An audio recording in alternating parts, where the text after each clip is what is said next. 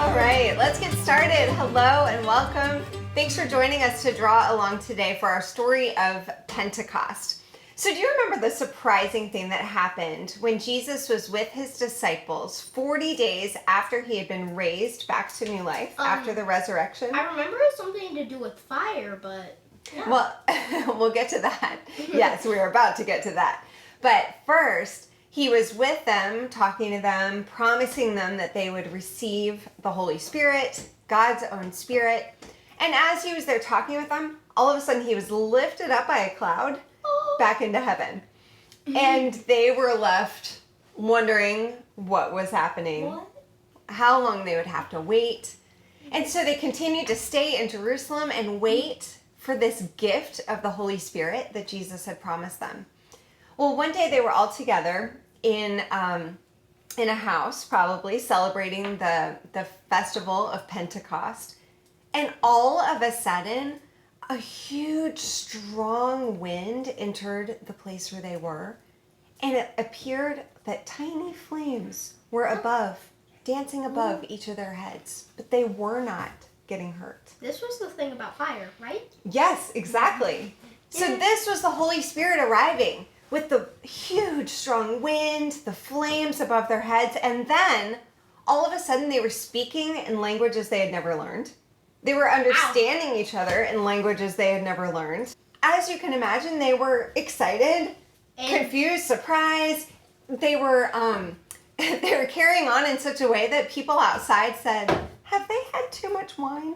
And Peter, Simon Peter, who keeps coming back in our stories, he said, no, they are filled with God's Spirit.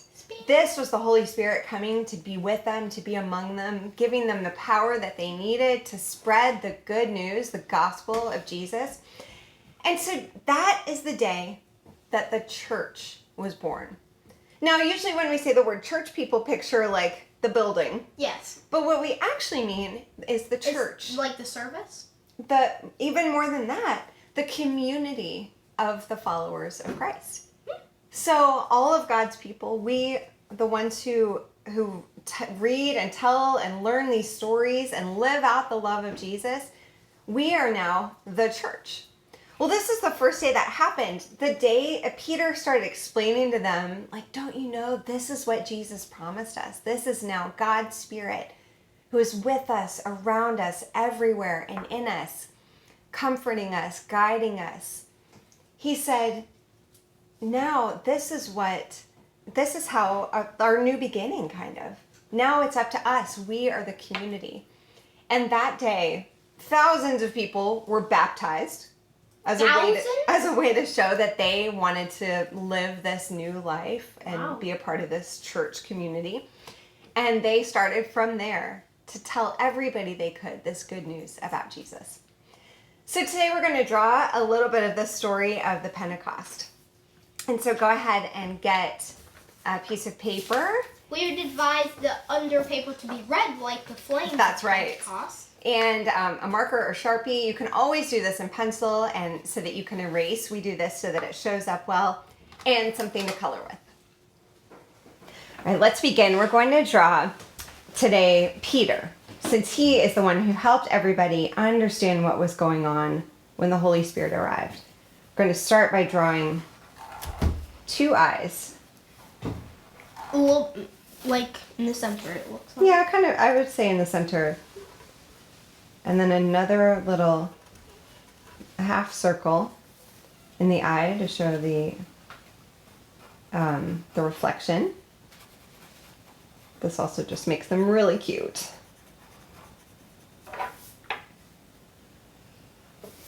We're going to draw a U for Peter's head. Start a little bit above the eyes and come up like that. Then we can connect like this at the top. And you can do another line here too. His headband. For the band. And now we're going to draw his beard. Probably Peter had a beard. We don't actually know, but most likely. Peter was older too. So we're going to do another little U under the eyes. We can do a little nose. And now let's draw a mouth open in surprise at everything that is happening. So a line and then a U underneath. Is it okay if I color on the beard black? Yeah, you can color in. We'll get to the coloring after. Now I'm going to just do his head. I'm going to draw Peter without any hair. He was older, so that might have been maybe a little bit how he looked. Okay, now we're going to draw his robe. One line down, another curved line down, like that. Connect those at the bottom. Now I'm going to draw one foot this way and one facing that way. Like this.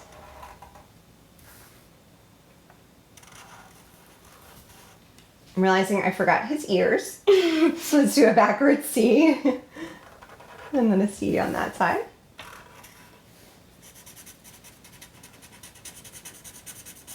Because Peter was surprised and also talking and teaching the people, I'm going to have him with his hands lifted.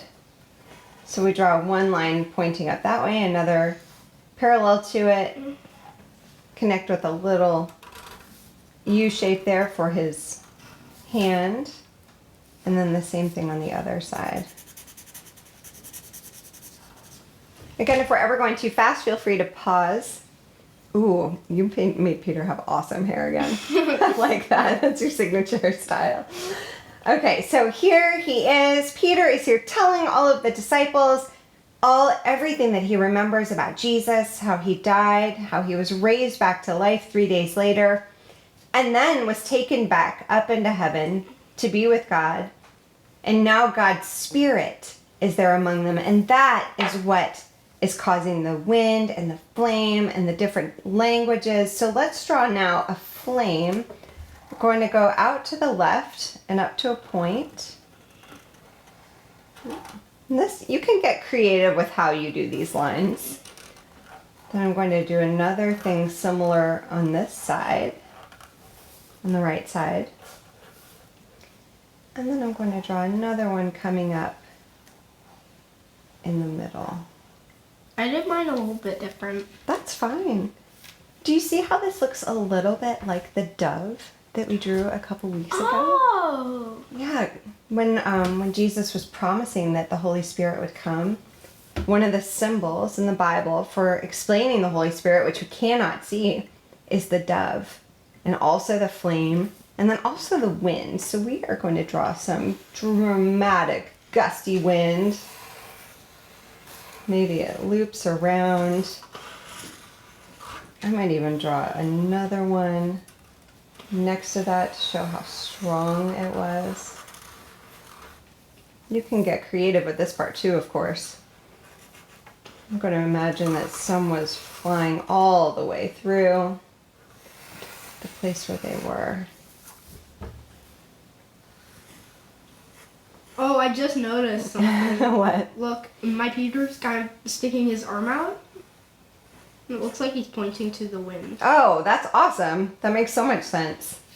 You can draw tons of wind gusts if you want. You can draw more flames. You can even draw more of the followers, more of Peter's friends, the men and women who were there with him that day.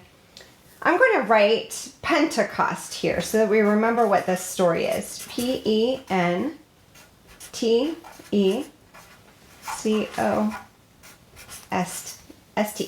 And this is from the book of Acts chapter 2, if you want to look it up and read it. So now that we have our Peter with the flame and the winds of Pentecost, we are going to get coloring. Okay.